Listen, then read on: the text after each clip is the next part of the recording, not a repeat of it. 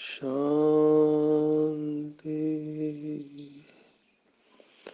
आज 23 मार्च 2022 भारत में बुधवार है। इट्स वेनसडे इन भारत। आज की मुरली का जादुई रहस्य स्वयं को प्रेरणा देने के लिए magical secrets of today's Murli for motivating the self. बहुत अच्छा अनुभव बाबा के बच्चे कर रहे हैं और शेयर कर रहे हैं कि ये मैजिकल सीक्रेट से उनको दिन भर में प्रेरणा बनी रहती है। और कई तो बाबा के बच्चे ऐसे हैं जो इसके ऊपर नोट्स निकालते हैं, उसके और गहराई में जाते हैं और बहुत अच्छी लगन से मुरली को पढ़ते हैं, सीक्रेट्स को सुनते हैं, रेफरेंस जानना चाहते हैं मुरली का और प्रश्न भी पूछते हैं। तो बहुत खुशी होती है ऐसे बाबा के बच्चे जो ज्ञान के मोड में होते हैं, सतोगुण का प्रभाव रहता है, तभी ये ज्ञान अच्छा लगेगा। तो जिन आत्माओं को ये ज्ञान अच्छा लगता है, दिनों दिन नशा चढ़ता जाता है और श्रेष्ठ कर्म करने की प्रेरणा मिलती है, तो समझना चाहिए कि ये आत्मा सतोगुण के प्रभाव में है और श्रेष्ठ पुरुषार्थी है। तो इन सब आत्माओं को मुबारक हो। आज की मुरली में अगर टेक होम देखें तो हमने चौथे अध्याय श्रीमद् भगवत गीता में देखा है। चौथे अध्याय में 17वां श्लोक है।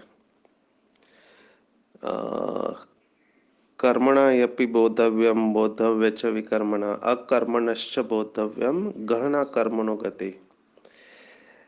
जिसको बाबा मुरली में कहता है कि कर्मों की गति अति गुह्य है, तो कर्म, अकर्म और विकर्म, इसको अच्छी तरह से समझकर पुरुषार्थ करना है और विकारों का दान देकर वापस नहीं लेना चाहिए। जो बाबा का बच्चा हर क्षण कर्मों की गति के ऊपर अटेंशन रखकर पुरुषार्थ करता है, डेफिनेटली वो आत्मा श्रेष्ठ पद प्राप्त कर सकता है। इसमें कोई भी दो राय नहीं है। पूरा खेल जो है कर्मों के ऊपर है। मम्मा ने मुरली में कहा, आज की नहीं पहले, कि सुख दुख का आधार कर्म है और कर्म का आधार ज्ञान है। तो जिसकी बुद्धि में ये यथार्थ ईश्वरीय ज्ञान चलता रहता है, बहुत हंसी आती है जब कोई बाबा का बच्चा परिचय देता है कि 25 साल से ज्ञान में चल रहा हूँ, जबकि पीछे आने वाले उड़ रहे हैं, ये आत्मा अभी भी चल रही है। ये शब्दों को पकड़ना नहीं है, ये लिटरल अनुभव होता है। रमेश भाई भी कहते हैं कि चल रहे हैं, ये शब्द हमको बदल देना चाहिए। चलने के बाद भागना होता है, दौड़ना होता है, फिर उड़ना होता है और फिर उड़ाना होता है। पहले भी बाबा ने कहा हुआ हमने देखा कि आप कितने साल से ज्ञान में चल रहे हैं, इससे ज्यादा इम्पोर्टेंट है कि ज्ञान कितना आपके अंदर चल रहा है, या इसका भाव कहे कि आप ज्ञान स्वरूप कितने बने हुए हैं। क्योंकि शुरुआत ही ज्ञान से है। जगदीश भाई जब विदेश में सेवा करने जा रहे थे, तो बाबा ने उनको एक ही मैसेज दिया कि सबको नया ज्ञान सुनाओ, क्योंकि नए ज्ञान के आधार पर ही परमात्मा की प्रत्यक्षता है। और ये नया ज्ञान शास्त्रों के एकदम अपोजिट है। सर्वव्यापी की बात कहो, 5000 वृक्ष का वर्ष का चक्र कहो या बिंदु रूप परमात्मा कहो, तो टोटली नई बात है। तो उसी को कन्विंस कराओ। कम्युनिकेट, कन्वे एंड कन्विंस, ऐसे ट्रिपल सी कहते हैं। तो नया ज्ञान हमारे अंदर जितना चल रहा है, उतना हम उसके स्वरूप बन जाएंगे और पूरी सातों गुण आत्मा के इस ज्ञान के साथ कनेक्टेड है। बाबा ने भी मुरली में अपनी महिमा में कहा कि मैं पतित पावन बाद में हूं, मैं ज्ञान का सागर हूं। तो ज्ञान का सागर पतित पावन, ये सीक्वेंस में बाबा की महिमा आनी चाहिए। तो बाबा हमको कैसे परिवर्तन करता है कि नया ज्ञान देकर परिवर्तन करता है। ज्ञान के आधार पर परिवर्तन है। भगवान की एक महिमा है शिव बाबा की कि वो भाग्य विधाता है। वो कोई किसी को फेवर नहीं करता है। कई लोग कहते हैं कि दादियों को फेवर करता है, रॉन्ग। दादी भी वही मुरली पढ़ती, पीछे आने वाला भी वही मुरली पढ़ता है। ऐसा डिस्टिंक्शन यहाँ पर नहीं है कि पुरानों की मुरली अलग है, नए भाई बहनों की मुरली अलग है, नहीं। सभी एक ही मुरली पढ़ते हैं। That is the beauty of this knowledge. और हर एक को चांस है। जब बाबा कह रहा है केवल 2 नंबर फिक्स हो गए, 1 और 2, बाकी के सीट सभी खाली है, तभी तो बाबा कहते हैं 7 दिन वाला 25 साल वागुल से आगे जाएगा। लेकिन उतनी तड़प होनी चाहिए, उतनी लगन होनी चाहिए। तो उतनी तड़प तड़पाने वाली याद है, लगन है, तो नंबर ले सकते हैं। लेकिन उसका आधार है ज्ञान। ज्ञान के आधार पर ही चारों सब्जेक्ट है। ज्ञान के आधार पर ही योग है, योग के आधार पर धारणा है, और धारणा मूर्त हमेशा सेवादारी रहता है। तो शुरुआत ज्ञान से है। और ज्ञान क्या है? मैं कौन मेरा कौन, इसकी गहराई में जाना।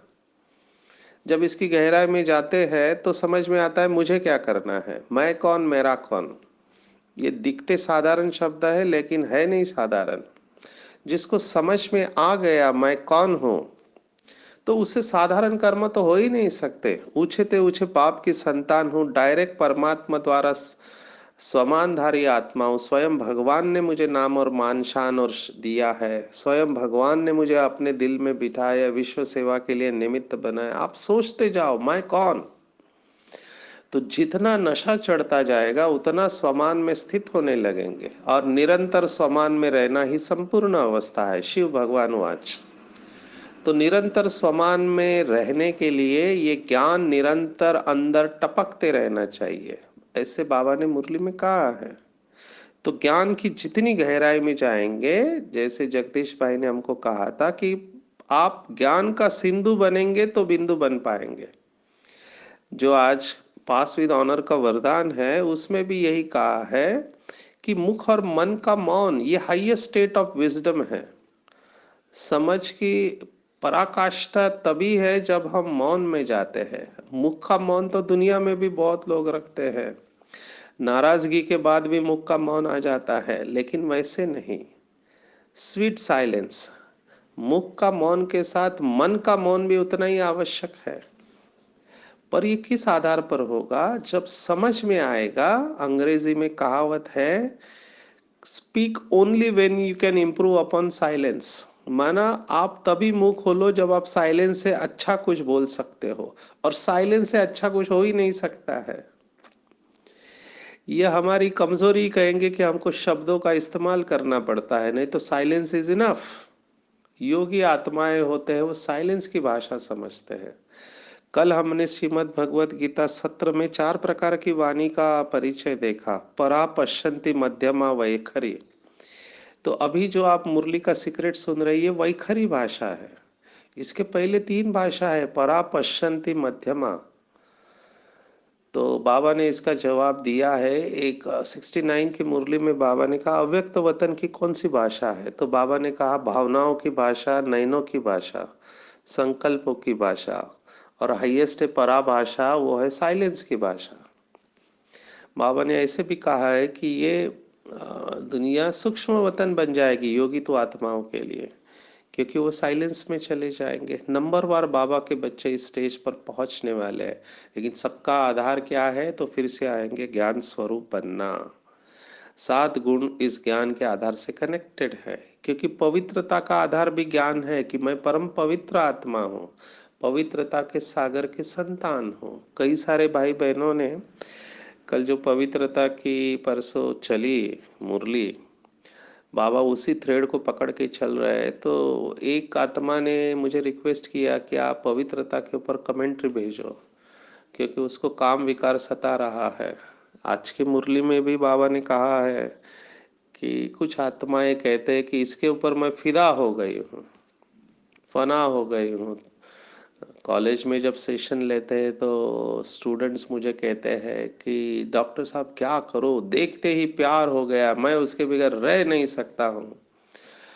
और फिर कुछ ऐसे भी कहते हैं अगर मेरे नहीं बन सकते तो किसी के नहीं बन सकते, और वो एसिड फेंकते हैं। ये सब विकारी प्यार है, ये हम इसको पैथोलॉजिकल लव कहते हैं। Love is not possessing someone else. लौकिक में भी ऐसे कहते हैं कि अगर आप किसी फूल से प्यार करते तो उसको आप तोड़ेंगे नहीं, आप उसके ऊपर पानी डालेंगे। तो love was never possession, but some people have unfortunately understood love as possessing other person. Actually बाबा जो कहता है बहुत डीप साइकोलॉजी कहता है, बहुत गहरा मनोविज्ञान कहता है। काम विकार आदि मध्य अंत दुख देता है, और ये पॉइजन कहा गया है। बहुत कड़े शब्द सन्यासियों ने, इवन जगदीश भाई ने काम विकार पर विजय के किताब में लिखा हुआ है। कहते शरीर का संबंध बनाते हैं तो सूक्ष्म जो नसें होती है उनके ऊपर आघात होता है। Forget about the physical damage, सबसे ज्यादा मेंटल डैमेज भी होता है। आदि मध्य अंत ये दुख देता है। कई लोगों को ये बात समझ में ही नहीं आती है। आदि माना पहले आपका चिंतन चलता है, पहले तो दृष्टि जाती है। बाबा कहते हैं आंखें धोखा देती है, किसी को देखकर उसका नाम या रूप या गुण देखकर प्रभावित हो जाते हैं, और फिर उसका चित्र मन में आता है, बार बार उसको देखने का दिल करता है। बाबा ने यहाँ तक शब्द इस्तेमाल किया है कि छूने का दिल करता है। तो ये क्या है, ये कर्मेंद्रिया चंचलता दिखाती है। पर गया कब? पहले दृष्टि गई, दृष्टि के बाद वृत्ति में चंचलता आई, तो दृष्टि और वृत्ति के बाद आती है कृति, और फिर गड़बड़ हो जाती है। जो बाबा ने भी कहा कि मुंह काला कर दिया। तो बाबा ने यहाँ पर अटेंशन खिंचवाया है कि अगर आपको लगे कि आप किसी के नाम और रूप में फंस रहे हैं, किसी से प्रभावित हो रहे, तो तुरंत वहां से हट जाना चाहिए, देखते नहीं रहना चाहिए। अभी ये पुराने संस्कार होते हैं, किसी को भी आ सकते हैं। बाबा ने तो यहाँ तक कहा कि बूढ़े बूढ़े लोगों में भी ये संस्कार जागृत होंगे, तो डेफिनेटली इस जन्म के नहीं है, पिछले जन्म के संस्कार होते हैं, जागृत होते हैं। कितनी बातें हम सुनाए, हम डॉक्टर्स के पास ऐसे केसेस आते हैं। एक 75 साल का बूढ़ा आया और मुझे कह रहा है कि डॉक्टर साहब मुझे चेक करो। मैंने कहा क्या हुआ, आपका तो सब ठीक है। बोलता है मुझे अभी विकार के थॉट आना बंद हो गए, कुछ ऐसी दवाई दो कि विकार के विचार आ जाए। सामने से डिमांड कर रहा है, 75 साल की उम्र में, इंद्रिया काम नहीं कर रहे, चलना मुश्किल हो रहा है, लेकिन विकार में जाना चाहता है। तो हमारी आदरणीय शिलूबेन अपने शिविर में कहती है कि आप भयो बूढ़े, तृष्णा भई जवान। शरीर बूढ़ा होते जा रहा है, लेकिन तृष्णा दिनों दिन जवान होते जा रही है। तो काम विकार को जीतना इसीलिए कठिन कहा गया है, ये किसी को छोड़ता नहीं है। इसलिए सन्यासियों ने भगोड़ेपन का मार्ग अपना लिया। जंगल में जाओ, कोई दिखाई नहीं देगा, वहां पर भी याद आने के चांसेस होते हैं, ऐसे बाबा ने कहा। कहने का भाव यह है कि आज जो बाबा ने अटेंशन खिंचवाया है कर्म, अकर्म और विकर्म के ऊपर। तो कुछ आत्माएं होते हैं बाबा जिसको कहते हैं जेल बर्ड, बार बार वही कर्म करते रहते हैं, जिसको विकर्म कहा गया है, पाप कर्म कहा गया है। वो रोक नहीं पाते अपने आप को, ये फोर्स होता है। और वो कहते हैं कि हम इसके बगैर रह नहीं सकते हैं। आदत की बात होती है, जिसको संस्कार की बात कही गई है। तो जब ये संस्कार फोर्स रूप में आता है तो मन और बुद्धि के ऊपर प्रेशर डालता है और विकर्म हो जाते हैं। स्थूल रूप के विकर्म तो हमने समझ लिया कि जैसे काम विकार में जाना, या क्रोध करना, या चोरी करना, झूठ बोलना, ये सब मोटे रूप हो गए। लेकिन इसका सूक्ष्म रूप बाबा ने हमको बताया है, क्योंकि अंश भी है तो भी हम संपूर्ण पवित्रता को धारण नहीं कर सकते। तो अभी तो संपूर्ण अवस्था का समय है, तो अंश भी नहीं होना चाहिए, क्योंकि भगवान आज है, अंश से वंश बन जाएगा। इस गलत फहमी में मत रहे कि थोड़ा ही है, ठीक हो जाएगा, अंत में ठीक कर लेंगे, वैराग्य आ जाएगा। Sorry, wrong. अपने को ये माया का अटैक से बचाइए। गलत फहमी में मत जियो कि थोड़ा सा है।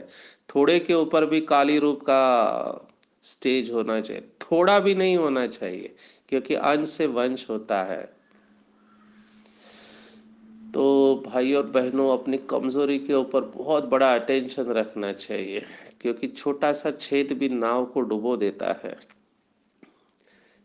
विशेषता का भी अपने अभिमान न हो और अवगुणों के ऊपर अटेंशन रखे। मैनेजमेंट में हम स्वॉट एनालिसिस करते हैं।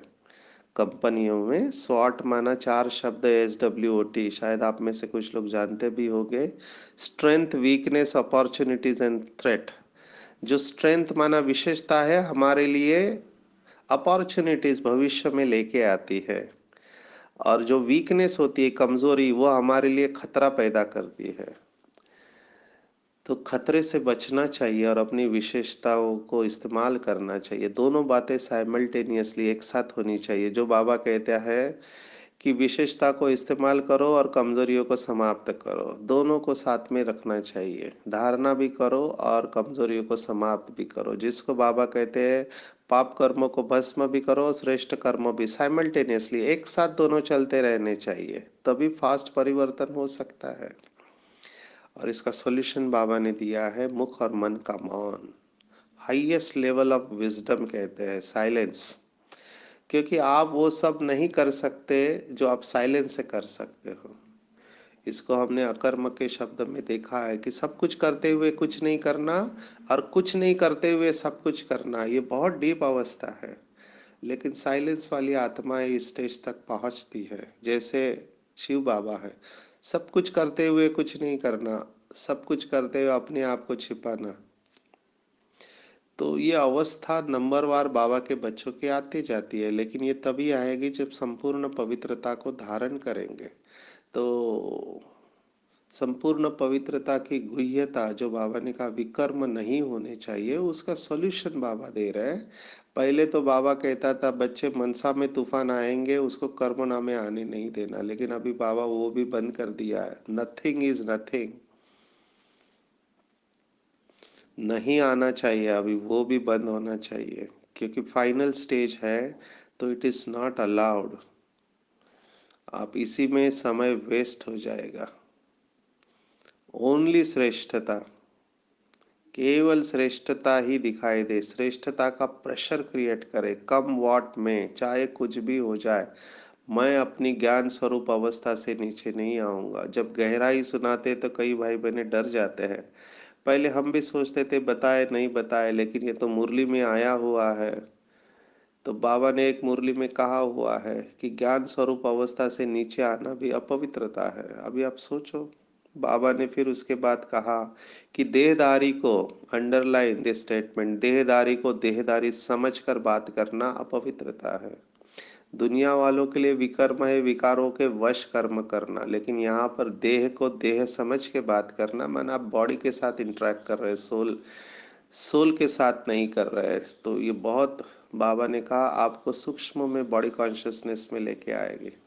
माया का वार है, पहला अपना बनाती है और फिर बाहर फेंक देती है। तो इसके ऊपर गहराई से अटेंशन देना चाहिए कि कहीं मेरे द्वारा जाने अनजाने में विकर्म तो नहीं हो रहा है। कई आत्माओं को पता ही नहीं चलता है कि उनसे विकर्म हो रहा है, इसलिए कर्मों की गति को गुह्य कहा गया है। कई लोगों के अंदर बहुत सारी बातें उछल खाते रहती है।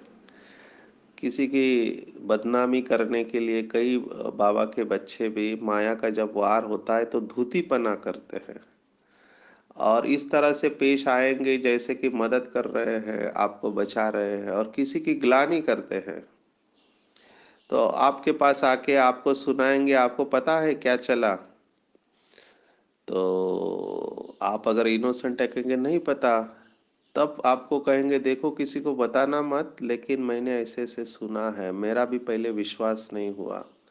अब ये बात सुनना, ये भी विकर्म के खाते में आता है, क्योंकि कचरा आया ना आपके अंदर, अस्वच्छता आई, तो बुद्धि को मैला कर दिया। जिस आत्मा के बारे में सुनाया, उस आत्मा के प्रति आपकी दृष्टि और वृत्ति बदल जाएगी। आप उस आत्मा को पहले वाली नजर से नहीं देख पाएंगे। इसलिए ऐसी बातों को, कचरों का अपने अंदर लेना ही नहीं है, चाहे कुछ भी हो जाए, क्योंकि अंदर घुस गई तो जहाँ कचरा है वहाँ मच्छर पैदा होंगे और वो काटेंगे जरूर। तो ये है कर्मों की गुह्य गति। बाबा ने मुरली में कहा है कि किसी की हाँ में हाँ मिलाना भी विकर्म बन जाता है अगर वो निगेटिव न्यूज़ है, क्योंकि आपने उसको एनकरेज किया और उस आत्मा ने देखा कि ये मेरी बात को अच्छी तरह से सुनता है, तो अगली बार उस आत्मा को कहाँ कचरा खाली करना है तो वो किसके पास जाएगा? वो आएगा आपके पास, क्योंकि ये कचरे का डब्बा उसको अच्छा लगा है। तो अपने को कचरे का डब्बा मत बनाओ। बहुत सेंटर पर जाते हैं, भाई बहनों से मिलते हैं, अगर कोई आत्मा शुरुआत वाक्य की ऐसे करता है कि सचिन भाई आपको पता नहीं है, आप यहाँ पहली बार आए हैं, जैसे ही उसने ये कहा मेरे अंदर खतरे की घंटी बजती है। क्योंकि जैसे ही उसने कहा आपको पता नहीं, इसका मतलब ये अभी ऐसी बात सुनाने वाला है जो पॉजिटिव नहीं है। तो मैं उससे हाथ जोड़कर कहता हूँ भाई साहब मुझे बताना भी मत, क्योंकि मैं जानना भी नहीं चाहता हूँ, क्योंकि मेरा काम है पानी डालना। आग लगी है 100%, कलयुग का अंतिम समय है। जिन आत्माओं का योग नहीं है तो उनके पुराने संस्कार उछल खाएंगे और उनके द्वारा कर्म ऐसे होने वाले हैं। तो मेरा काम है, आग लगी है तो पानी डालना। वो चिड़िया की कहानी सुनाते हैं ना, मोटिवेशनल, जंगल में आग लगी थी तो सभी लोग आग के बुझाने को लगे हुए थे, फायर ब्रिगेड भी आ रहे थे, लेकिन छोटी सी चिड़िया, अभी चिड़िया कितनी छोटी होती है, उसकी चोंच में कितना बूंद पानी आएगा, वो चिड़िया अपनी चोंच में पानी लेकर आग में डालती थी। तो एक कौवा उसको देखकर हंसने लगा और बोला कि तुम अपने आप को क्या बहुत समझदार समझती हो, तुम्हारे बूंद से क्या फर्क पड़ने वाला है। तो चिड़िया का जवाब बहुत मोटिवेशनल है, ये मोटिवेशनल है ना सीक्रेट्स, इसलिए सुना रहे हैं।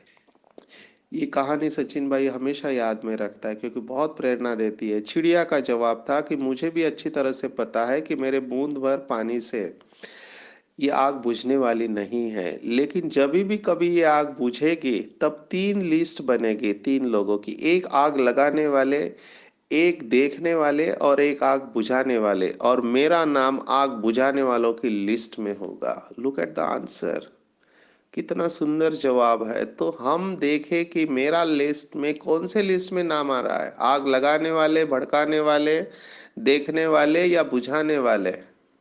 हम भगवान समान, बाप समान आत्माएं, हमारा काम है अगर कहीं पर भी विकारों की आग लगी हुई अपवित्रता है उसको बुझाना, शांत करना, सबको सुख देना मर्यादा में रहते हुए।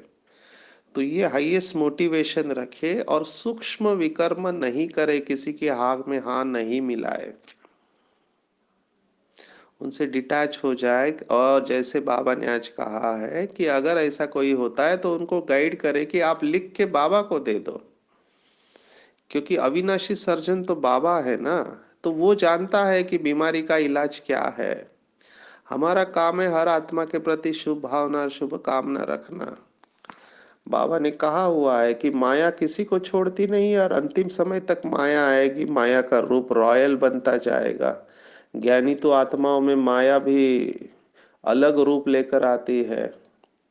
शास्त्रों में ऐसा वर्णन है कि रावण ब्राह्मण के वेश में आया। अब ये किसका गायन है? ये बाबा के उन बच्चों का गायन है जो रावण के संस्कार लेकर आते हैं, लेकिन है ब्राह्मण वेश में। तो सीता शोक वाटिका में क्यों गई? क्योंकि उसने ब्राह्मण के वेश में आए हुए रावण को नहीं पहचाना। तो हम सबके पास ये रावण आ सकता है ब्राह्मण के वेश में, माना बाबा के बच्चे ही रावण का रूप बनकर आ सकते हैं। कोई आकर्षित करता है तो कोई पराकर्षित करता है, राग द्वेष जिसको कहा है। कोई अपनी गुण और विशेषता के आकर्षित करता है, कोई अपने अवगुणों से घृणा का भाव पैदा करता है, लेकिन दोनों हमको पवित्रता की स्टेज से नीचे आते हैं। तो यहाँ पर हमको ड्रामा को बहुत अच्छी तरह से समझना है। आध्यात्मिकता को समझना थोड़ी गहरी बात है।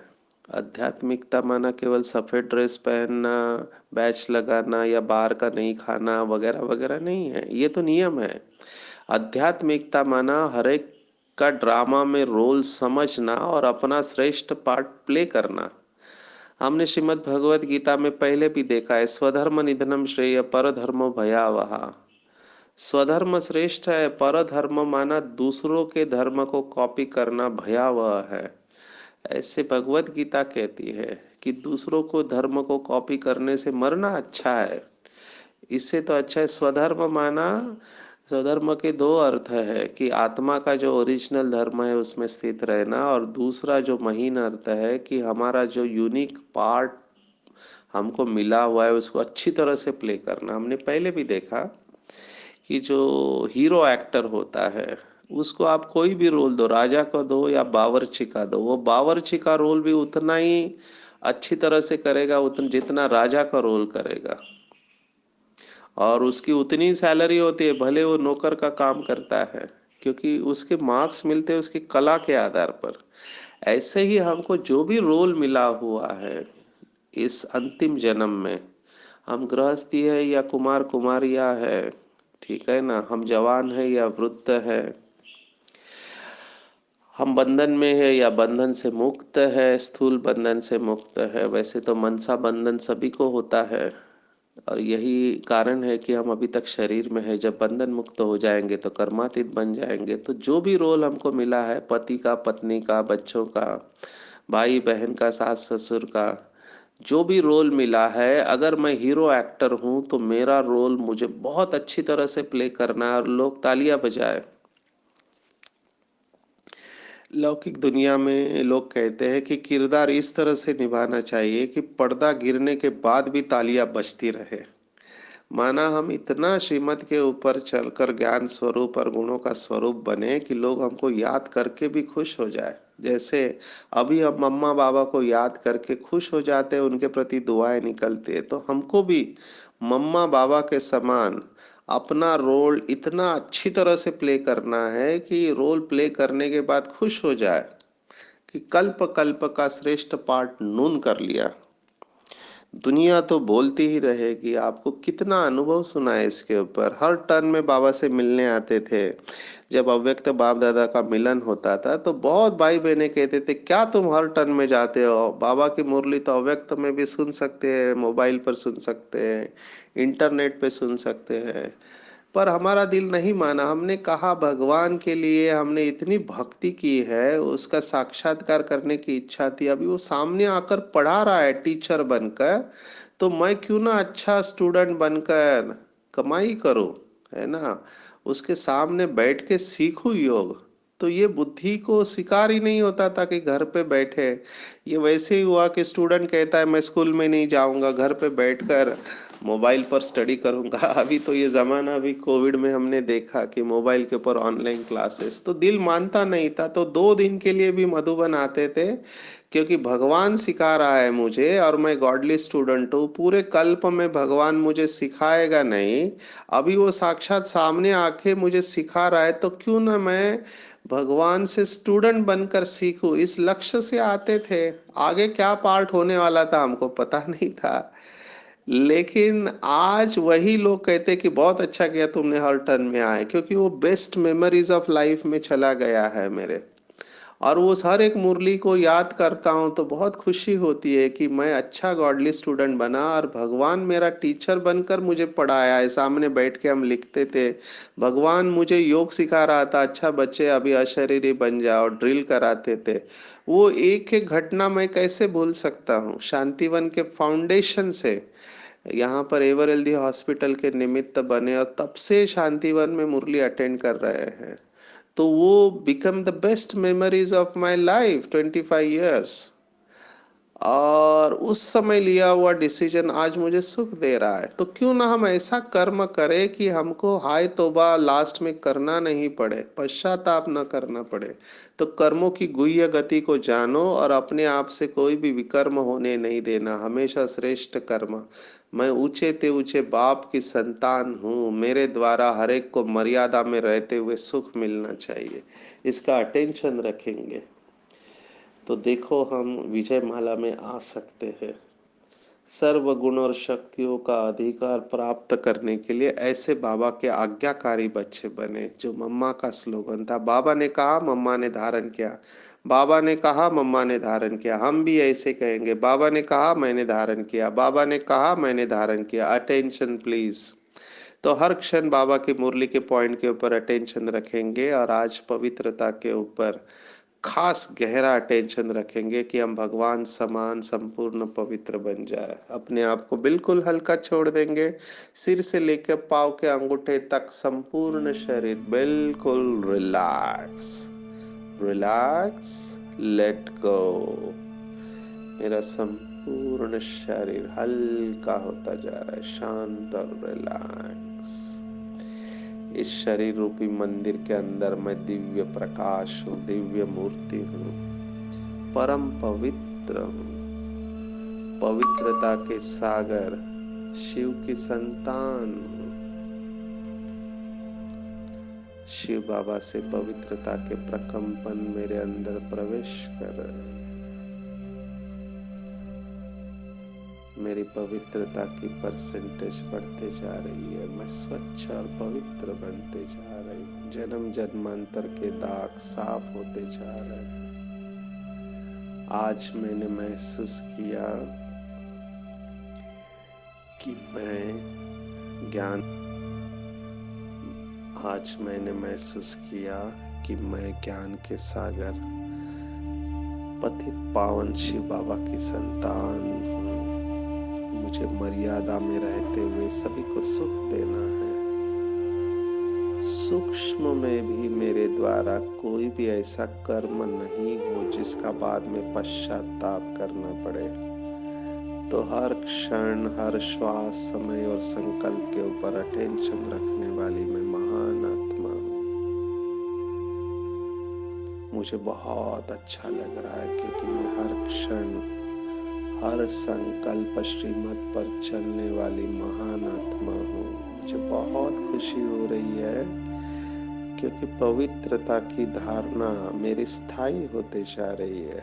पवित्रता सुख शांति की जननी है, तो निरंतर सुख और शांत स्वरूप अवस्था का अनुभव मैं कर रही हूँ। मैं बहुत हल्की हो चुकी हूँ, डबल लाइट हूँ, और मेरे द्वारा ये प्रकंपन चारों तरफ विश्व में फैलते हुए जा रहे हैं।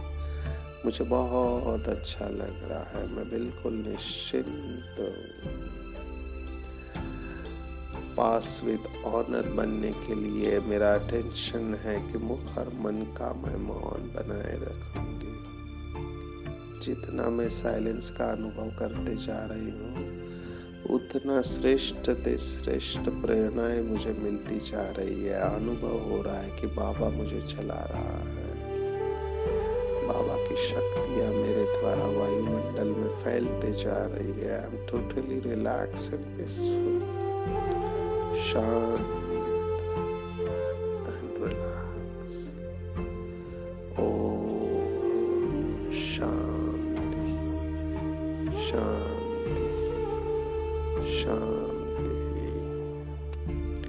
सर्वशक्तिवान बाप हमेशा मेरे साथ है। उसने अपना वरदानी हाथ मेरे सिर के ऊपर रखा है। बाबा मुझे प्यार से दृष्टि दे रहे हैं। बाबा की शक्ति मैं स्वीकार कर रहा हूँ। बाबा मुझे कह रहे हैं, बच्चे तुम मेरे हो, तुम आदि और अनादि पवित्र आत्मा हो, तुम जो हो जैसे हो मेरे हो। मैंने तुम्हें संपूर्ण स्वीकार किया है। मैं तुम्हारा आदि मध्यांत जानता हूँ। तुमने कल्प कल्प माया के ऊपर विजय प्राप्त की है। सफलता तुम्हारा ईश्वरीय जन्म सिद्ध अधिकार है। जाओ, विश्व की सेवा करो, सभी आत्माओं को माया के चंगुल से छुड़ाओ, उन्हें मुक्ति और जीवन मुक्ति का वर्षा दो। मैं तुम्हारे साथ हूँ, इसलिए तुम्हारी विजय निश्चित है, निश्चित है, निश्चित है।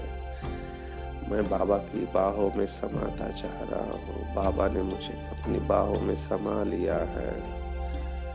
स्नेह के सागर में मैं संपूर्ण समा गया हूँ। बाबा और मैं एक हो चुका हूँ। बाबा का प्यार मैं अनुभव कर रहा हूँ और बाबा से कह रहा हूँ, हाँ बाबा, आप जैसे कहोगे वैसे ही होगा। मैं हर क्षण आपके श्रीमत पर चलता रहूंगा, क्योंकि मुझे पता है जो कर्म मैं करूंगा मुझे देख सभी करेंगे।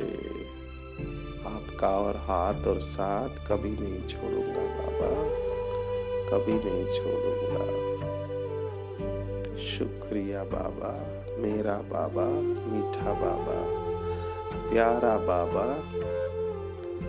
दुलारा बाबा, सच्चा बाबा और अच्छा बाबा, दयालु बाबा, कृपालु बाबा। वाह बाबा, शुक्रिया बाबा, शुक्रिया। अच्छा, ओम शांति। आप में से किसी को पवित्रता की कमेंट्री चाहिए तो आप मुझे रिक्वेस्ट भेज सकते हैं। Thank you. ओम शांति।